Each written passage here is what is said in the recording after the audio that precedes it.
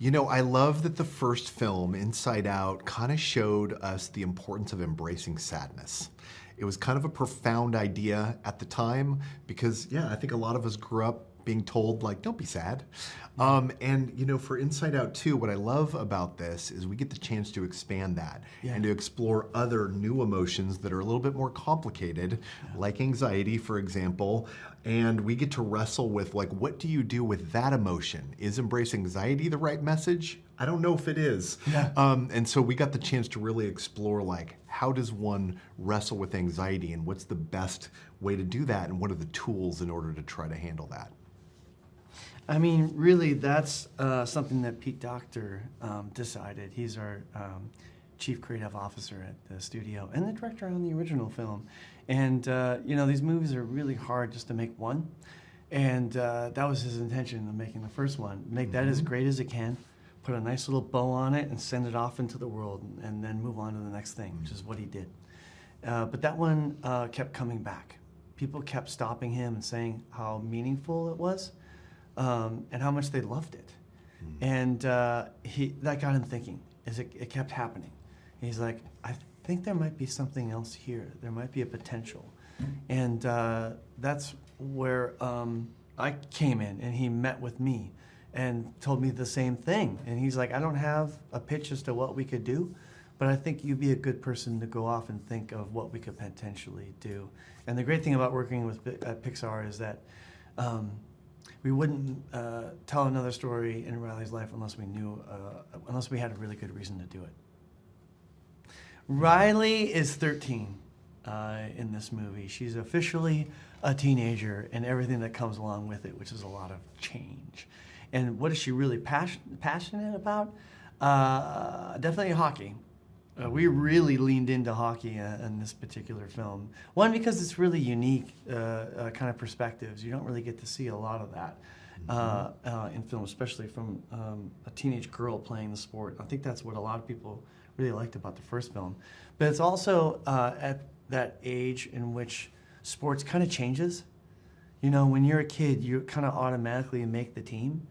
But this time of life, you actually have to try out and get cut. And I remember going through that, and it's really hard.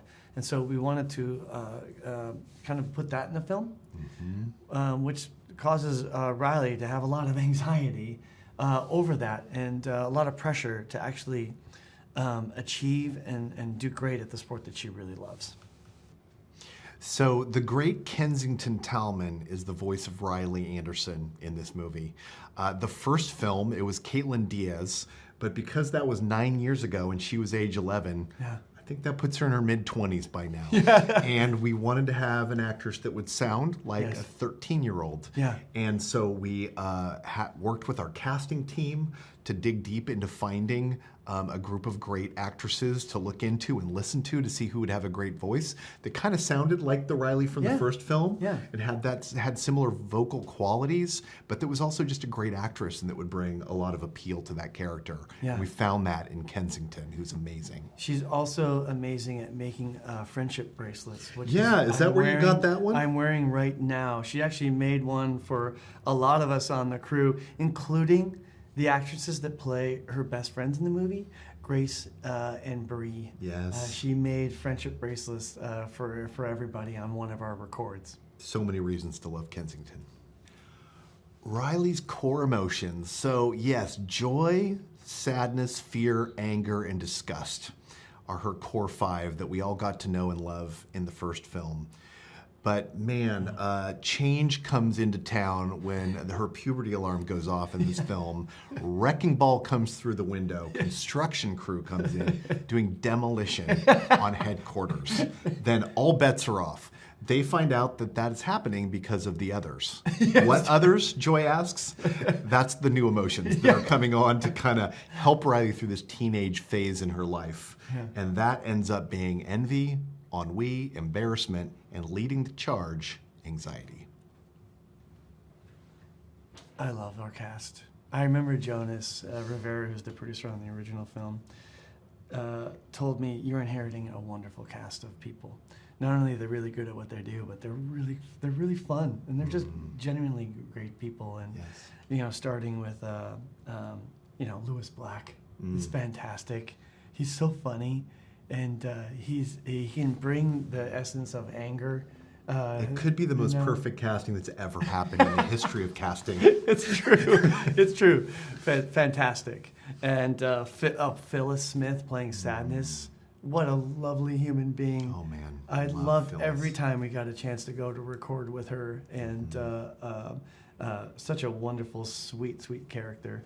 And Amy Poehler, of course, returning as Joy. What a wonderful Brilliant. actress! Brilliant. Yeah, I remember telling Pete Docter, who's the director on the original film, I don't know how you didn't work with Amy once and then put her in everything you've done ever since then, because she's so wonderful, both in what she does, but just as a person. And man, are we excited with Tony and Lisa in this movie, playing Fear and Disgust. Tony just feels like he was born to play the character of Fear. He embodies it so He can well. freak out with the best of them. Yeah. And he's a real friend of the studio, working with him on Toy Story 4. Forky in Toy Story 4. Such a lovely human being and incredibly funny.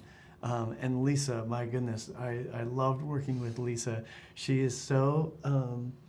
she does a lot of dramatic roles, but every once in a while she gets to do comedy, but not enough, in my opinion, because she's hilarious. She's very funny. And I loved every moment that we got a chance to record with her. Such a talented actress.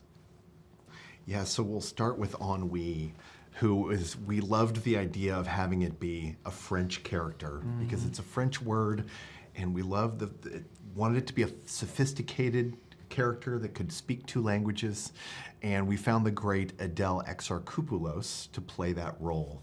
And thanks to our casting department and a deep dive into French actresses, we really wanted someone that was going to bring authentic French to this role, not someone doing what Americans think French people sound like. Yeah. We wanted Adele to bring herself Yeah. and her incredible voice. She's got this beautiful deep register Yeah. to her voice that just worked so well with this character design and just the emotion itself. So we love Adele. For Envy, we've got the great Io Adebari, who most people know from The Bear, but she's a brilliant stand-up comedian, writer, producer, so talented. And she brought just an amazing gift of comedy and some dramatic flair to the character of Envy. She's small, she's got the big eyes, she wants what everybody else has, and Io was able to really dig deep and tap into that in a very funny and charming way. Paul Walter Hauser is our embarrassment. Yeah. Probably the strangest of all recording sessions that we've had for him and for us, because it's a character that doesn't speak. It was 3.5 hours of vocalizations. Paul being given, here Kelsey would say, here's what you would be saying if you were brave enough to talk, but you're not. And he would have to do it in sounds, and it was great, and it was a lot of work, and everyone was exhausted by the end of that session. It was an interesting acting exercise for him. Yeah, brilliant. Love Paul Walter Hauser. And then, Anxiety is my hawk. We listened to a lot of voices. We auditioned multiple actresses for this role. But Maya just brings just a beautiful humanity to that character, and also is just rapid fire in her ability to deliver dialogue. Yeah. She thinks and talks so quickly, and it matched perfectly with what we wanted out of the emotion of Anxiety. So we're thrilled about Maya. We got to explore new areas of the mind that weren't explored in the first film, and we got to set aside personality islands and set aside core memories and actually find something new and hopefully really deep to talk about in this. And I think tapping into beliefs and your belief system and like what you believe to be true about yourself and how that impacts how you see yourself, and then how that in turn impacts your behavior and how you act based on how you see yourself. Yeah. And it was a very challenging concept for us to find a way to visualize in a clear way, but the team really rallied, And a lot of people pour themselves into coming up with a great solution, and we love the belief system and the sense of self. Yeah, and I really hope that people take away the fact that they aren't alone with what they're thinking and feeling. I certainly felt that at Riley's age. I think a lot of us do. It's when you start to become really self-conscious about yourself, because you're stepping out, you're learning how to shift from being taken care of to taking care of yourself. And I kind of really understood that's why we push away our parents and caregivers at this age, because you need to learn how to take care of yourself. And so part of that, we're social creatures and need each other to survive. So fitting in is kind of based off of our own survival instincts that we have. And so you can be really critical of yourself, and it can tip too far. And I've certainly have had that, especially when I was that age. And I really felt like I was the only one thinking and feeling things, and I felt really alone. And I really could have used a movie like this when I was that age to tell me it's okay, and you aren't alone, and you're going to be all right.